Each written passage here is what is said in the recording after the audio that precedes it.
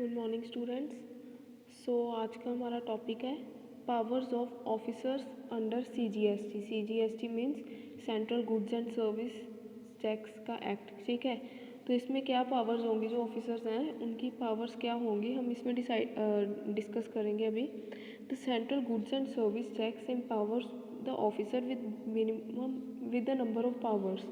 Number of powers कौन कौन सी हो सकती हैं, पहले हम देखेंगे powers related to refund. Refund के रिलेटेड, जैसे सपोज करो किसी ने टैक्स ज़्यादा पे कर दिया है, जितना उसका बनता था, उसके अगर रिफंड करना है टैक्स के, तो उसके रिलेटेड पावर्स कौन कौन सी हो सकती हैं। First one is power to order refund. If on receipt of such application for refund for any tax the proper officer is satisfied that the whole or part of amount claimed as refund is refundable, he may make an order accordingly and the amount as determined shall be credited to fund referred to section 57। इसका मतलब क्या है कि जैसे suppose करो किसी ने, कोई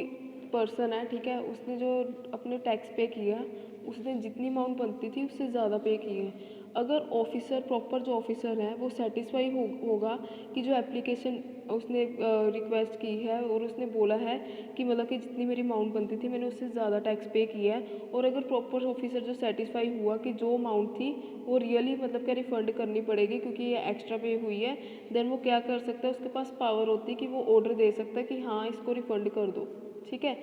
अगर हम सेकेंड पॉइंट की बात करें, power to refund 90% on zero rated supply. इसमें भी यही है कि द प्रॉपर ऑफिसर में in case of any claim for refund on account of zero rated supply of goods. Zero rated supply of goods क्या है, जिन पे कोई रेट नहीं लगता, ठीक है, और both made by registered person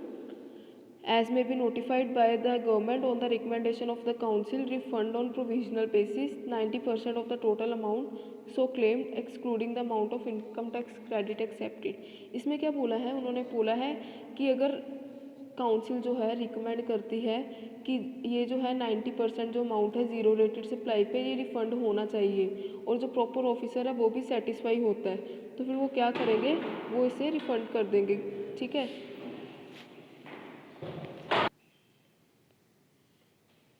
next point क्या है, पावर टू विदहोल्ड और डिडक्ट फंड। इसमें क्या कह रहा है कि अगर ऑफिसर को लगे कि कोई भी रिफ़ंड ड्यू है, बट जो पर्सन है, जो रजिस्टर्ड पर्सन है, उसने डिफ़ॉल्ट किया है रिटर्न फाइल करने में, तो इस केस में क्या कर सकता है, वो रिफ़ंड रोक कर भी रख सकता है, रिफ़ंड वापस करने में थोड़ा टाइम भी लगा सकता है क्योंकि उसने जो है रजिस्टर्ड पर्सन, उसने जो है रिटर्न फाइल अभी तक नहीं की।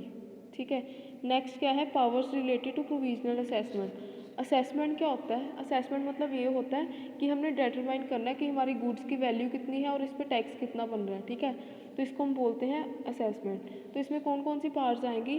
Part to pay tax on provisional basis. Provisional basis पे कैसे हुआ, ये देखिए, provisional assessment where the taxable person is unable to determine the value of goods and service or both determine the rate of tax applicable, he may request the proper officer in writing giving the reason for payment of tax on provisional basis। इसमें क्या बताया है कि जैसे suppose करो कोई registered person है, ठीक है, उसको मतलब कि पता नहीं लग रहा कि जो उसकी गुड्स है, गुड्स की वैल्यू कितनी होगी, गुड्स एंड सर्विसेज की, और इसका रेट ऑफ टैक्स कितना बनेगा, तो वो क्या करेगा, रिक्वेस्ट करेगा प्रॉपर ऑफिसर को इन राइटिंग, मतलब एक पेपर पे लिख के देगा या कोई भी जो डॉक्यूमेंट है वो सबमिट करवाएगा और रीज़न बताएगा कि पेमेंट ऑफ टैक्स जो है उसने प्रोविजनल बेसिस पे किया है क्योंकि वो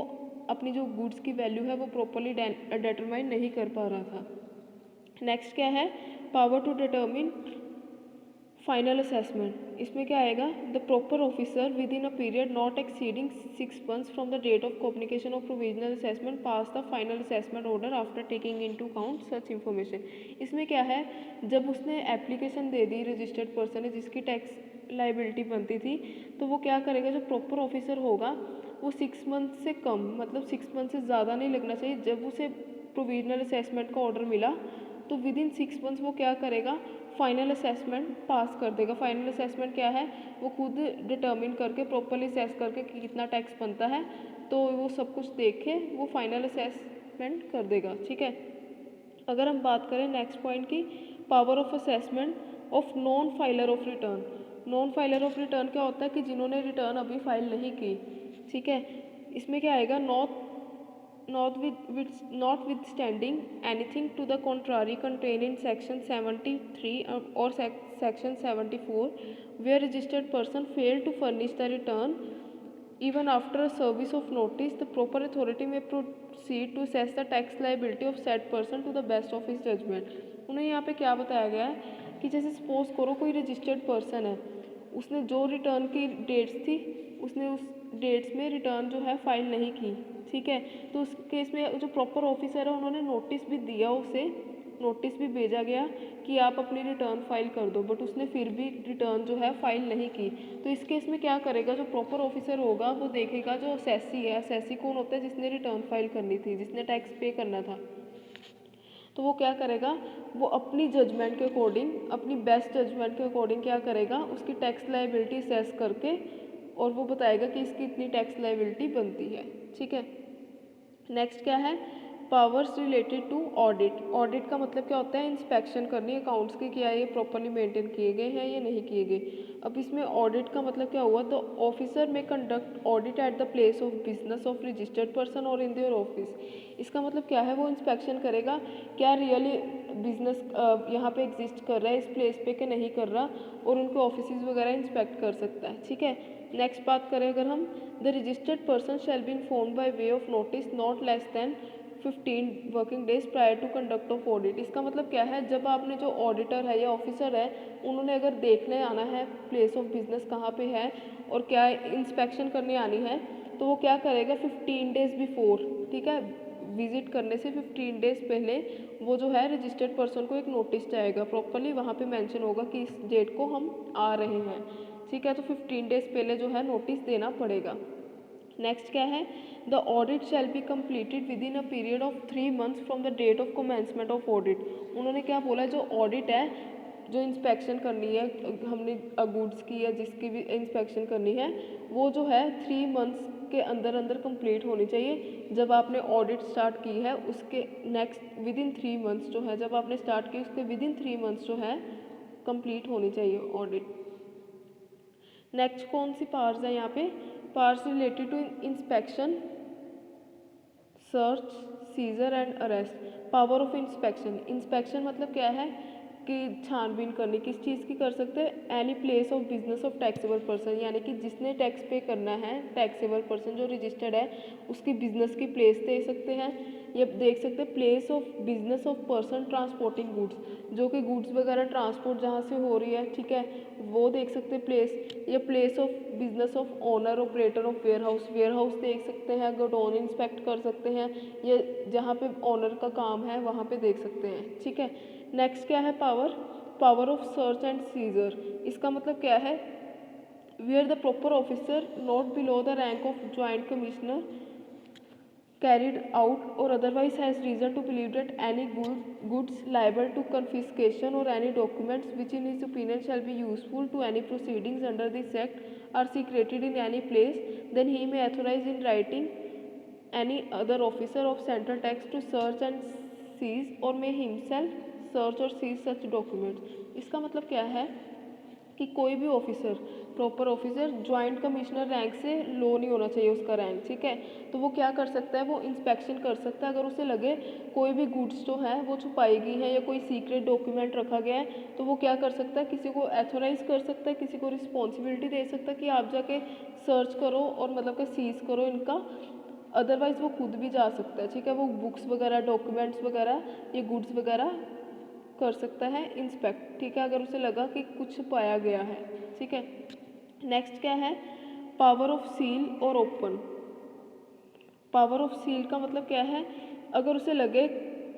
the officer authorise shall have the power to seal or break open the door of any premises or to break any अलमीरा electronic devices in which the door of any goods accounts are suspected to be concealed. इसका मतलब क्या है कि अगर उसे लगे कोई अलमीरा है या कोई बॉक्स है जहाँ पे जो है डॉक्यूमेंट्स वगैरह या इलेक्ट्रॉनिक आइटम जो है वो छुपाई गई है जानबूझ के, इंटेंशनली जो है अकाउंट्स जो हैं ये गुड्स वगैरह हैं छुपाई गई है, तो उस केस में क्या कर सकता है, वो उसे जो है ब्रेक करके, जैसे अलमीरा को तोड़ के या बॉक्स वगैरह है जहाँ पे छुपाई गई है वो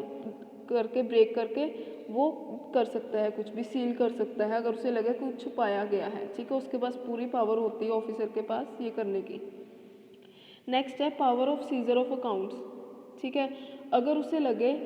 अगर प्रॉपर ऑफिसर को लगे उसके पास कोई रीज़न हो कि जो पर्सन है उसने जो टैक्स है पे नहीं किया,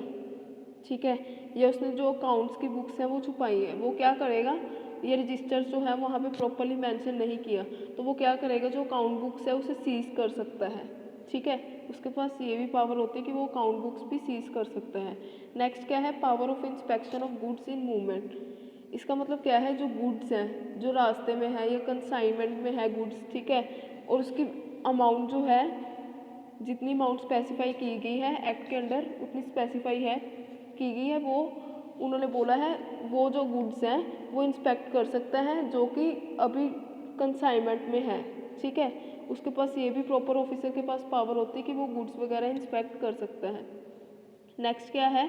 power of arrest. Power of arrest का मतलब क्या है, where the commissioner has reason to believe that person has committed any offence specified in clause A, clause B, C, D of subsection 1 of section 32 which is punishable may authorize any officer of central tax to arrest such person। इसका मतलब क्या है, अगर commissioner जो है, commissioner के पास reason है believe करने के लिए कि जो है पर्सन है उसने कोई ऑफेंस किया है, कोई गलती की है जो कि अगेंस्ट लॉ है, जो कि under section 32 sub section 1 close A, B, C, D के अंडर आती है और ये पनिशेबल है, ये ऐसा ऑफेंस है जो कि पनिशेबल है। तो वो क्या करेगा, कोई भी ऑफिसर जो है सेंट्रल टैक्स का उसे ऑर्डर दे के बोलेगा कि उस पर्सन को अरेस्ट कर लो, ठीक है। तो ये थी हमारी पावर्स, ठीक है, पावर्स ऑफ ऑफिसर। तो अगर आपको इसमें कोई भी डाउट हो देन मेरे से क्लियर कर लेना। सो आज के लिए इतना ही। Thank you class.